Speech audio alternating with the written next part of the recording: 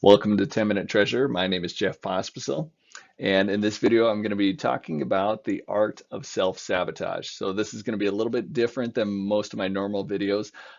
Normally, I deal with a tax or a finance issue, and in fact, next week we're going to be going over 1099s and who should get them. But this one is a subject I've been thinking about over the past few weeks about how we often go about self-improvement and we end up sabotaging our efforts. So what do I mean by sabotage? I think this is a typical example. So imagine that I have a goal that I want to get in better shape. So I want to exercise more, I want to eat well, I want to get more sleep, and that's my goal. And maybe I got a close friend that they say, yeah, I want to help you with that. And one of the things my friend might do is maybe they'll remind me the night before of all the things that I need to do tomorrow if I want to achieve my goal. Um, but then that's the end of their help. Maybe they keep me up late, talking about the stuff they're worried about or concerned about, or maybe they start a movie already when it's about time to go to bed. So either way, they keep me up late, which makes it harder to follow through the next day. And so then maybe I don't follow through, and then they guilt me about it. They ask, oh, you're never going to achieve your goal if you don't exercise. You're never going to achieve your goal if you don't get enough sleep, something like that. And then maybe they feel bad about guilting me, so then they feed me comfort food. You know, what will we say about that person? That person is a bad friend. They're not helping you. They're actually making it worse. And a lot of us, don't we just do that to ourselves? So it's just we end up sabotaging ourselves by being a really bad friend.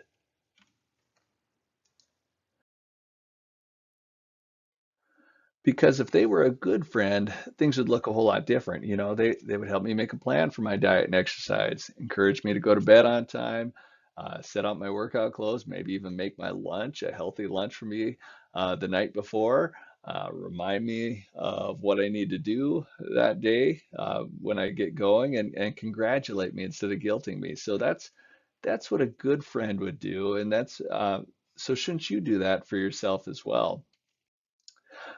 I have a theory that at any one point you are dealing with three different versions of yourself. So there's your present self, and that's really the only person that you can control.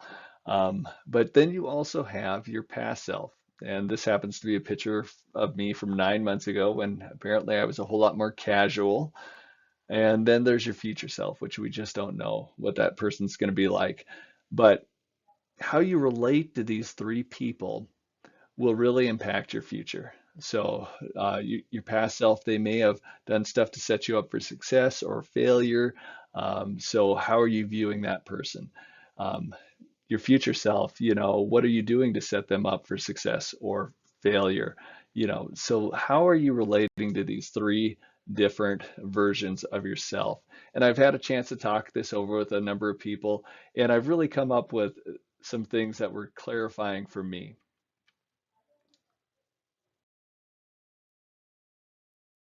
Here's the advice I give you for relating to your past self. So first of all, try to learn from your past self. And there's a couple of ways you can do this. What I do is I try to journal, maybe about every other day.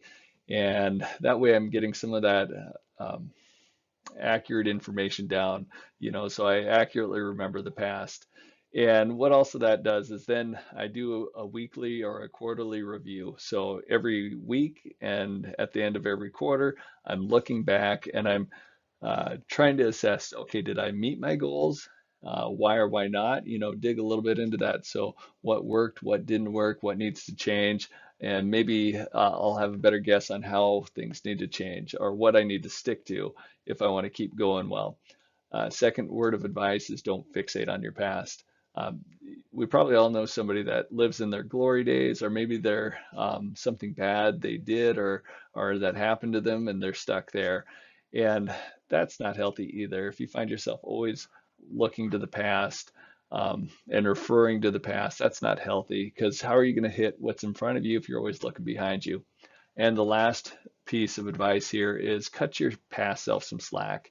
And I think this is the one I struggle with is you always think you should have done things better, and we all know we could have done some things better, but we didn't have perfect knowledge at that time. And there's some things that just really aren't in our wheelhouse. So try to cut yourself some slack. I mean, if you eventually have to make peace with your past and go forward.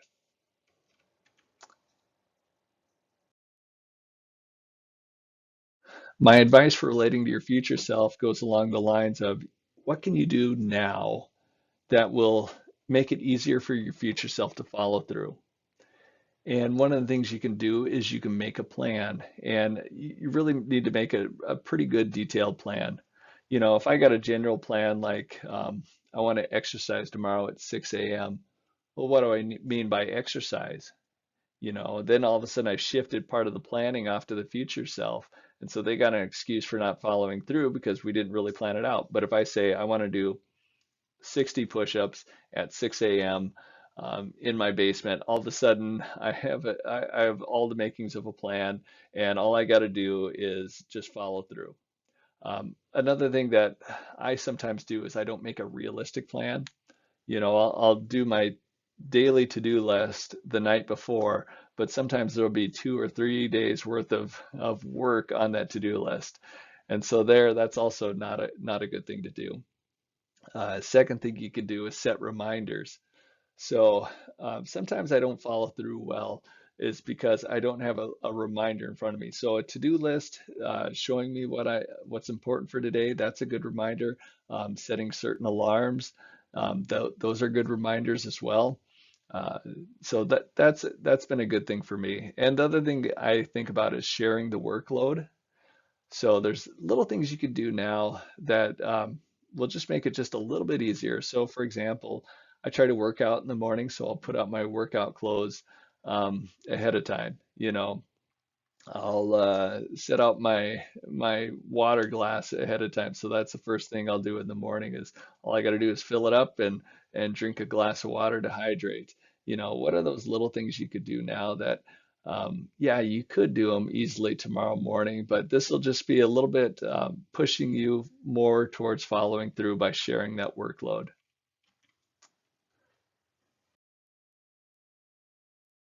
Lastly, how do you relate to your present self? And I think one of the biggest challenges is focusing on what's most important. And so for me, I'm a fan of Michael Hyatt's full focus planner. I've been using that for years. And part of that review process that you do every week is you set up your three big three for the week. And so what I've done with that is I write them on a whiteboard in my office. So I pass by that all the time and I get to see them all the time. We also do a daily big three. And so that goes in your task list for your day. And what it used to look like is like this. So I'd have a whole bunch of tasks. You could see, well, I don't know how many that is, 15 or so tasks. These are the big three most important ones. Well, what I find is I would sometimes just do the easy ones just because I like to check something off. So what I've done instead just recently is, I'll put all those tasks in this weekly summary area, but then for my day, I'll just add the most important one in there, and then it stays on there until it's time to check it off, until I check it off, and then I could add other tasks on there. And that's been interesting and very convicting because when your only to-do list is your most important thing, you don't have any out and you don't get that dopamine hit from checking something off.